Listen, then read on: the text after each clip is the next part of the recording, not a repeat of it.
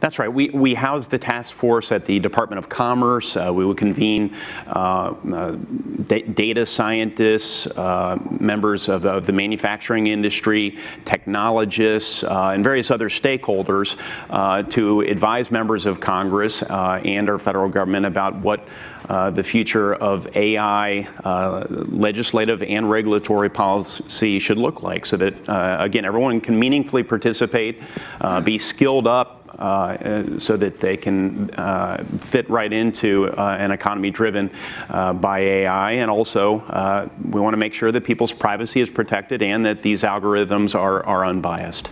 I mean, go ahead, Senator. Well, I just adding on that, we wanted to look at 4 areas that we thought were important. One, what are the areas of competition that the U.S. should be mindful of, given other people's investment in AI, whether that's China or other countries, and where do we fall into keeping our R&D prowess here, and what do we need to do to keep that going? We're going from here to an energy hearing where I'm going to be very concerned about the level of cuts in the R&D budget for energy. The fact that people want to zero out ARPA-E in this administration is just like crazy. So what do we need to do to keep the level of competitiveness? And then, as Senator Young mentioned, both privacy and bias will also be part of the discussion. And then lastly, workforce. What are the workforce implications, and what do we need to do about that? Both in capturing, I can tell you right now, if you have any kind of AI education, please head to Seattle, Washington. We need you. The employers there are telling me, it's a very, very, very competitive field right now for anybody who has any expertise here, and it's just going to grow. So what do we need to do to both grow the workforce in this area, and what do we need to do to prepare and diversify our workforce too? So those are the 4 pillars of the legislation, and I think that we are not saying that's the only thing to be discussed, but at least it gives us a framework for the important policies that are out there today. Sure. If I'm reading between the lines correctly, and correct me if I'm wrong, what I gather from that is that you think that some of your peers, perhaps in Congress and throughout Washington, maybe aren't equipped to understand the AI issues. They're not familiar with them. They're not talking to some of the companies in the way that you guys are. Is Congress equipped to tackle AI right now?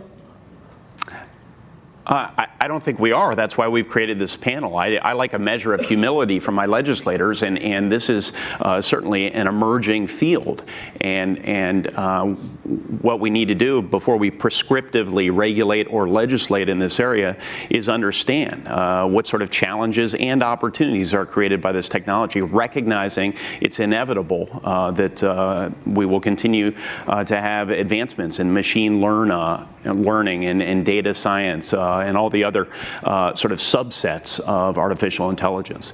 What would you like to see from the Trump administration right now? I know there was that whole controversy about a year ago with Steve Mnuchin saying that it's going to be a long time before AI starts to have an impact on the economy. What would you like to see from the Trump administration on AI? Well, the last administration, the Obama administration, did a report and came out with some basic findings. One of them was the huge economic potential in AI for us as a nation. So I think that those ramifications need to be followed up on. That report, I think, outlined some areas in which we could all agree that we need further investment. To me, I think maybe we're even talking about an AI engineering institute similar to what exists now at Carnegie Mellon for software, something where we're going to talk about standards, we're going to talk about certification processes, we're going to talk about, a lot of the issues we just discussed.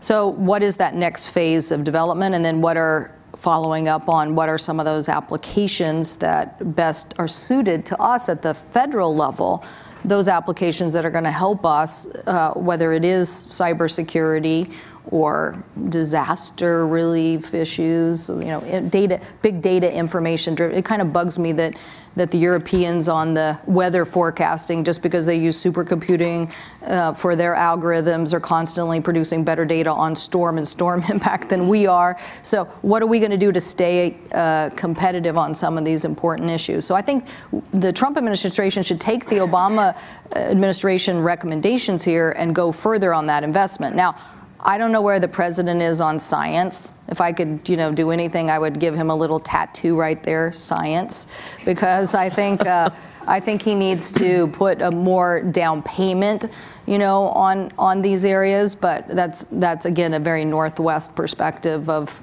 kind of view of the world. Senator. Well, I would start with the recognition that contrary to conventional economic belief, countries do compete, not just firms. And there's a competition in the realm of AI right now. And so we need to make some strategic investments as a country in particular technologies, and AI strikes me as a natural one based on our existing expertise in both data science and supercomputing. You mesh the two and you get artificial intelligence capabilities. So we need to make some strategic bets. Once we decide what those bets should be, we need to invest in those particular areas. I don't think it's a real obstacle that the Trump administration hasn't been prescriptive in this area. I actually welcome it. As a member of Congress, I think it's great that we have an opportunity to legislate in this space as opposed to having very little interaction with the executive branch, which is what I experienced during my 6 years in the House of Representatives. So I see this as an opportunity, and I think it's a good opportunity for bipartisan work, and that's what Maria and I are doing with this AI legislation. Sure. Let's